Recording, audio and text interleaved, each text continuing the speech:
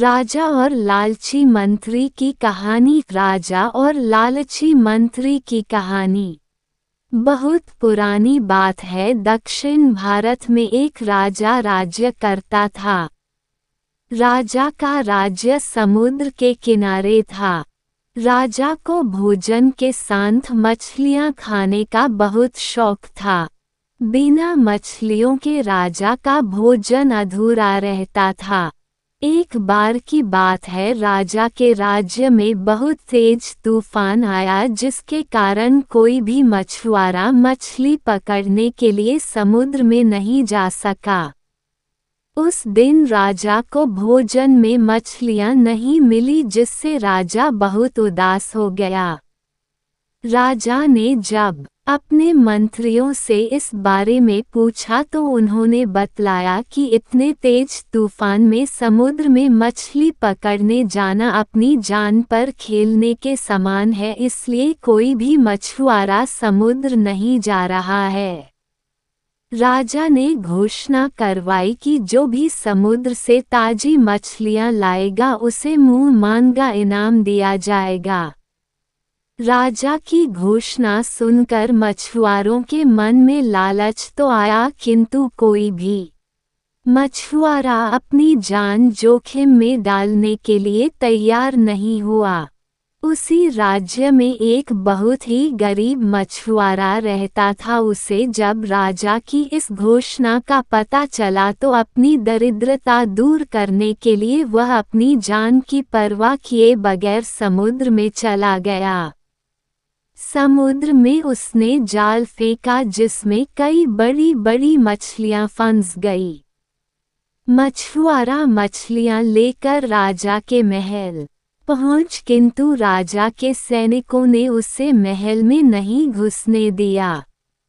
राजा के एक खास मंत्री ने मछुआरे को ताजी मछलियों के साथ देखा तो मछुआरे को अपने साथ राजा के पास ले जाने के लिए तैयार हो गया। मंत्री जानता था कि राजा मछलियां देखकर बहुत अधिक प्रसन्न होगा और इसके बदले मछुआरे को बहुत सारा धन देगा, इसलिए उसने मछुआरे के समक्ष एक शर्त रखी कि जो भी इनाम मिलेगा उसका आधा हिस्सा मंत्री अपने पास रखेगा। मछुआरा मंत्री की बात मान गया और मंत्री मछुआरे को लेकर राजा के पास पहुंचा। मछुआरे के पास ताजी ताजी मछलियां देख राजा बहुत खुश हुआ। राजा ने मछुआरे को मुंह मांगा इनाम मांगने के लिए कहा। मछुआरा राजा से हाथ जोड़कर बोला, महाराज, मुझे 20 कोड़े मारे जाएं। मछुआरे की बात सुनकर राजा को बड़ा आश्चर्य हुआ और उसने फिर से मछुआरे से कुछ मांगने के लिए कहा, किंतु मछुआरे ने फिर 20 कोड़े खाने का इनाम मांगा। राजा ने अपने सैनिकों को बुलाया और मछुआरे को 20 कोड़े मारने का आदेश दिया। सैनिकों ने मछुआरे को कोड़े मारना शुरू किया।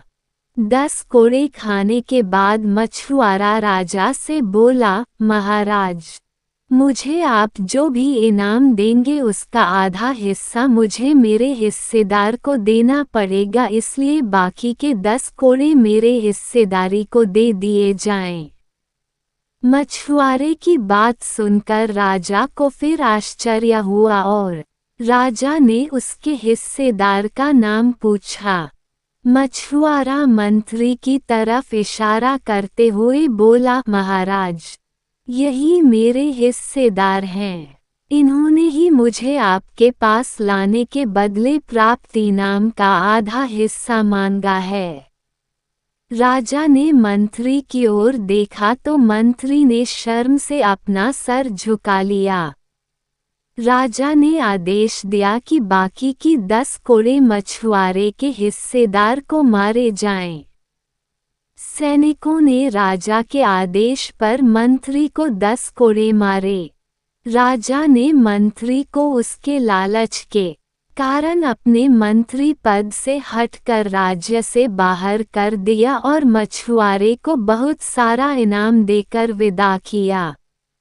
शिक्षा राजा और लालची मंत्री की कहानी से हमें शिक्षा मिलती है कि लालच में आकर कभी भी किसी को अनावश्यक रूप से परेशान नहीं करना चाहिए। खरगोश और बाज की कहानी बहुत पुरानी बात है। एक जंगल था, उसमें बहुत सारे जानवर रहते थे। उन जानवरों में पिंटू नाम का एक खरगोश भी था जो बहुत ही दयालु और मददगार प्रवृत्ति का था। जंगल में जब भी किसी जानवर को किसी मदद की आवश्यकता होती तो पिंटू खरगोश उसकी मदद अवश्य करता था।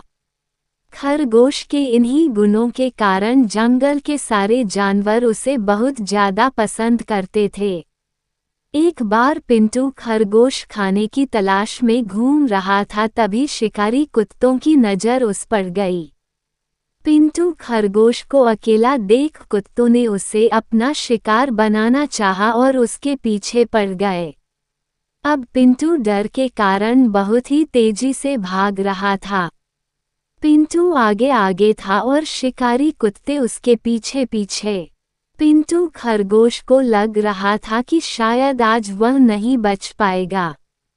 तभी पिंटू खरगोश की नज़र एक जंगली भैंसे पर पड़ी। भैंसा घास चर रहा था।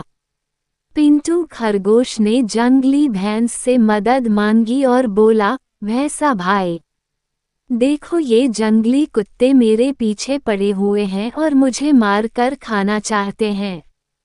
कृपया कर आप इनसे मुझे बचा लीजिए। जंगली कुत्तों को देखकर भैंसा भी डर गया, क्योंकि जंगली कुत्ते 8 से 10 की संख्या में थे और जंगली भैंसा अकेला था। उसे लगा कि शायद जंगली कुत्ते कहीं उसी का शिकार ना कर लें, इसलिए जंगली भैंसा खरगोश से बोला, खरगोश भाई, तुमने हमेशा मेरी मदद की है, मैं तुम्हारी मदद तो करना चाहता हूँ, किंतु इस वक्त मुझे बहुत ही जरूरी काम है, इसलिए मुझे यहाँ से जाना पड़ेगा। इतना कहकर जंगली भैंसा वहाँ से चला गया। पिंटू खरगोश अपनी जान बचाकर फिर भागने लगा और जंगली कुत्ते उसके पीछे थे। तभी उसे एक बारहसिंघा दिखलाई दिया। खरगोश बारहसिंघा के पास जाकर बोला, जंगली कुत्ते मेरे पीछे पड़े हुए हैं, कृपया आप इनसे मेरी रक्षा करिए। जंगली कुत्तों को देखकर बारहसिंघा भी डर गया और खरगोश से बोला, खरगोश भाई, मेरे घर में परिवार वाले मेरा रास्ता देख रहे हैं। घर में मुझे बहुत ही जरूरी काम है, इसलिए मुझे जाना होगा। इतना कहकर बारहसिंघा वहां से भाग गया। बारहसिंघा के जाते ही खरगोश फिर भागने लगा। भागते भागते खरगोश को एक घोड़ा दिखलाई दिया। खरगोश ने घोड़े से सहायता मांगी, किंतु घोड़ा बोला, अगर मैं तुम्हारी सहायता करूंगा तो ये जंगली कुत्ते मुझे भी मार डालेंगे। इतना कहकर घोड़ा भी वहां से भाग गया। मददगार खरगोश की कहानी। इसी प्रकार भागते भागते खरगोश को बहुत सारे जानवर मिले, किंतु किसी ने भी खरगोश की मदद नहीं की। खरगोश बहुत डरा हुआ था और जंगली कुत्ते अभी भी उसके पीछे पड़े हुए थे। तभी खरगोश को आसमान में एक बाज दिखाई दिया। बाजा ने भी भागते हुए खरगोश को देख लिया। बाज नीचे की तरफ खरगोश के पास आया। तभी खरगोश ने बाज से सहायता मांगी। एक बार खरगोश भी बाज की मदद कर चुका था, इसलिए बाज भी खरगोश की मदद करना चाहता था। बाज ने खरगोश को अपने पंजों में दबाया और खरगोश को लेकर आसमान में उड़ गया और शिकारी कुत्ते देखते ही रह गए। बाज ने खरगोश को एक सुरक्षित स्थान पर उतार दिया। खरगोश ने बाज को बहुत धन्यवाद दिया। बाज बोला, मित्र, तुमने भी मेरी मदद की थी, इसलिए तुम्हारी मदद करना मेरा कर्तव्य था। इतना कहकर बाज उड़ गया और खरगोश अपने घर चला गया। शिक्षा। बाज और खरगोश की कहानी से हमें शिक्षा मिलती है कि अगर हम किसी की सहायता करते हैं तो बुरे वक्त में कोई ना कोई हमारी सहायता अवश्य करता है। चिड़िया और चींटी की कहानी। बहुत पुरानी बात है, एक जंगल में एक चींटी रहती थी। एक बार चींटी नदी के किनारे पानी पीने गई, तभी उसका पैर फिसल गया और वह नदी में गिर गई। नदी में पानी का बहाव तेज था, इसलिए चींटी पानी में बहने लगी। चींटी पानी से निकलने के लिए बहुत प्रयास कर रही थी, किंतु बहुत तेज होने के कारण पानी से नहीं निकल पा रही थी। तभी आसमान में उड़ती हुई एक चिड़िया की नज़र चींटी पर पड़ी। चिड़िया किसी तरह चींटी को बचाना चाहती थी। तभी चिड़िया को एक युक्ति सूझी और वह एक पत्ता तोड़कर अपनी चोंच में दबाकर लाए और चींटी के पास रख दिया। चींटी पत्ते पर बैठ गई और किनारे लग गई। चींटी चिड़िया की बहुत एहसानमंद थी, वह किसी भी तरह चिड़िया का एहसान चुकाना चाहती थी। एक दिन चींटी खाने की तलाश में घूम रही थी, तभी उसने देखा कि एक लड़का गुलेल से कहीं निशान लग रहा है। तभी चींटी की नज़र उसी तरफ पड़ी जहां लड़का निशाना लगा रहा था। चींटी ने देखा कि लड़का गुलेल से चिड़िया को मारना चाहता है और चिड़िया पेड़ की डाल पर में आराम से सो रही है। तभी चींटी लड़के के पास आई और जोर से लड़के के पैर में काट दिया। चींटी के काटते ही लड़के के पैर में बहुत तेज दर्द हुआ, जिसे लड़का जोर से चिल्लाने लगा। लड़के के चिल्लाने की आवाज से चिड़िया जाग गई और वहां से उड़ गई। इस प्रकार चींटी ने भी चिड़िया की जान बचाकर उसका एहसान उतार दिया। शिक्षा। अच्छे कार्य हमेशा साथ देते हैं, इसीलिए हमेशा परोपकार करते रहना चाहिए।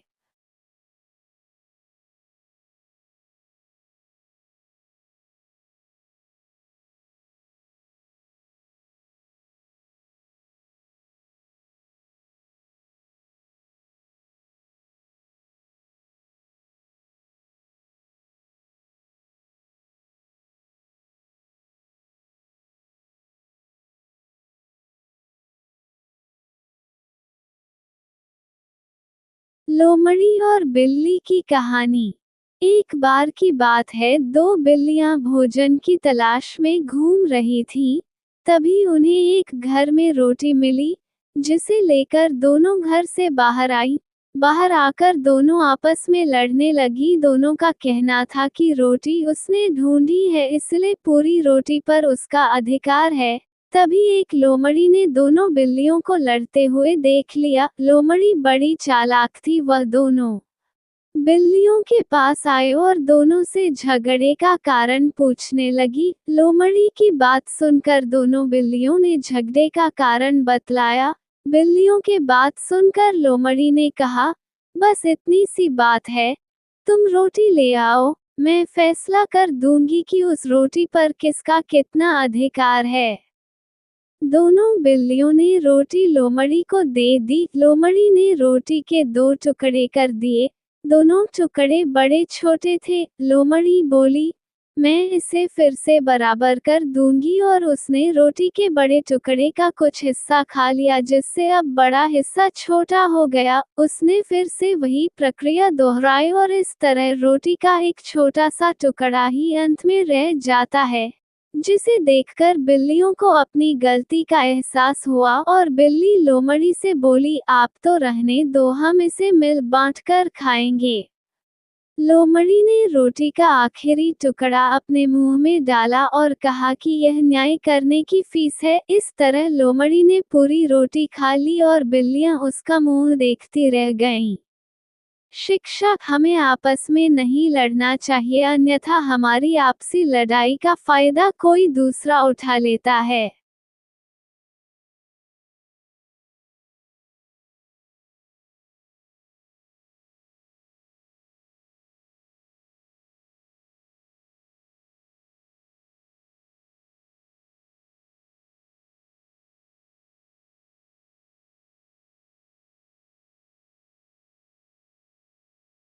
बच्चे और वनमानुष की कहानी। एक गांव था जिसमें वनमानुष के बारे में कई किस्से सुनाए जाते थे। लोग वनमानुष को भयानक, रहस्यमय जीव के रूप में देखते थे। वनमानुष गांव के पास एक घने जंगल में रहता था और कभी-कभी उसके बारे में अनोखी घटनाएं सुनाई देती थीं। एक दिन गांव के एक व्यक्ति ने वनमानुष को देखा और उसे पकड़ने का प्रयास किया, परंतु वनमानुष चतुराई से उससे बच गया और जंगल में घुस गया। इसके बाद वनमानुष की चर्चा और भयभीतता गांव के सभी लोगों में और बढ़ गई। एक दिन एक बच्चा गांव के पास खेलते हुए गांव से दूर जंगल में चला गया। उसी समय एक भेड़िए ने बच्चे को देख लिया और उस पर हमला कर दिया। उस समय वनमानुष भी वही था। वनमानुष को बच्चे के रोने की आवाज आई। वो बच्चे के रोने की आवाज के पास गया और वनमानुष ने जब ये देखा कि भेड़िए ने बच्चे पर हमला कर दिया तो वनमानुष ने एक मोटी लकड़ी उठाई और भेड़िए पर हमला बोल दिया। वनमानुष के हमले से भेड़िया डर गया और बच्चे को छोड़कर भाग गया। बच्चा वनमानुष को देखकर बहुत खुश हुआ और उसे अपना मित्र बना लिया। वह रोज उसके साथ खेलता और मिलता था। वनमानुष के दिल में उस बच्चे के प्रति एक अलग ही स्नेह और दया आ गई। वनमानुष ने अपने दोस्त बच्चे को कई बातें सिखाई, जैसे धैर्य रखना, प्रकृति के साथ मिलकर रहना और अन्य मूल्यवान सीखें। बच्चा भी अपने वनमानुष मित्र की सभी बातों का ध्यान रखता और उसकी सीखों का पालन करता था। लोगों को जब ये पता चला कि वनमानुष ने बच्चे की जान बचाई है और प्रतिदिन उसके साथ खेलता है, तो इस तरह वनमानुष और बच्चे की दोस्ती गांव में भी चर्चा बन गई। लोगों ने विचार किया कि वनमानुष भी एक आदिवासी मनुष्य की तरह है, जिसका दिल भी दयालुता और प्रेम से भरा होता है। वे अब उसे भयानक नहीं बल्कि प्रेमपूर्वक देखते थे। वनमानुष कहानी संवेदनशीलता, प्रकृति के साथ संबंध और सजगता के महत्व को दर्शाती है। शिक्षा वनमानुष की कहानी एक मूल्यवान संदेश प्रदान करती है कि जीवन के सभी प्राणियों के साथ भावनाएं और संबंध होते हैं, जिन्हें हमें सम्मान और प्रेम से निभाना चाहिए।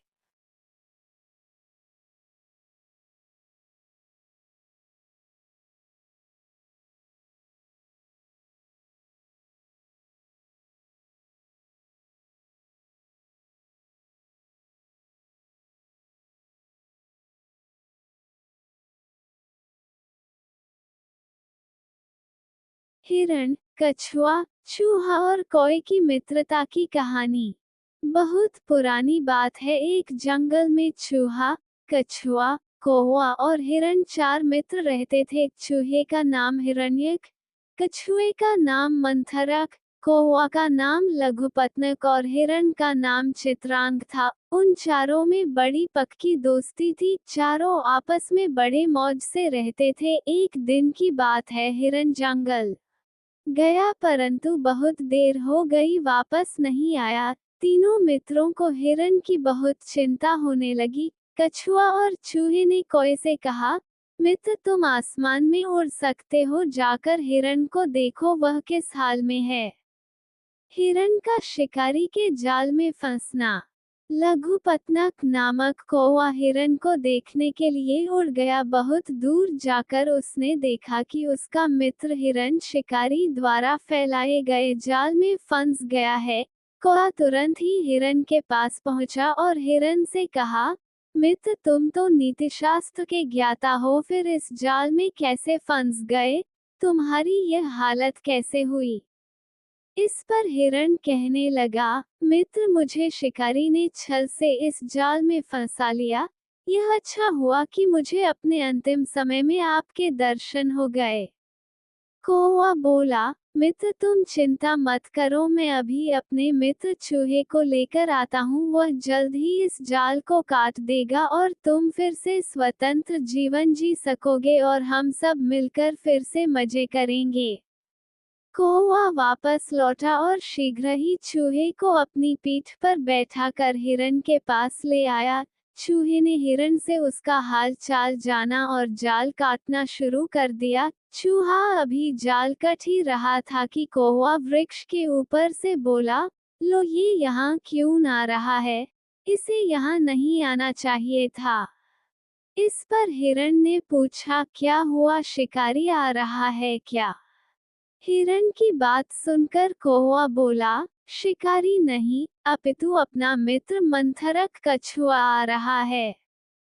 उद्धरण। चूहा कहने लगा, ये तो अच्छी बात है, इसमें इतना परेशान क्यों हो रहे हो?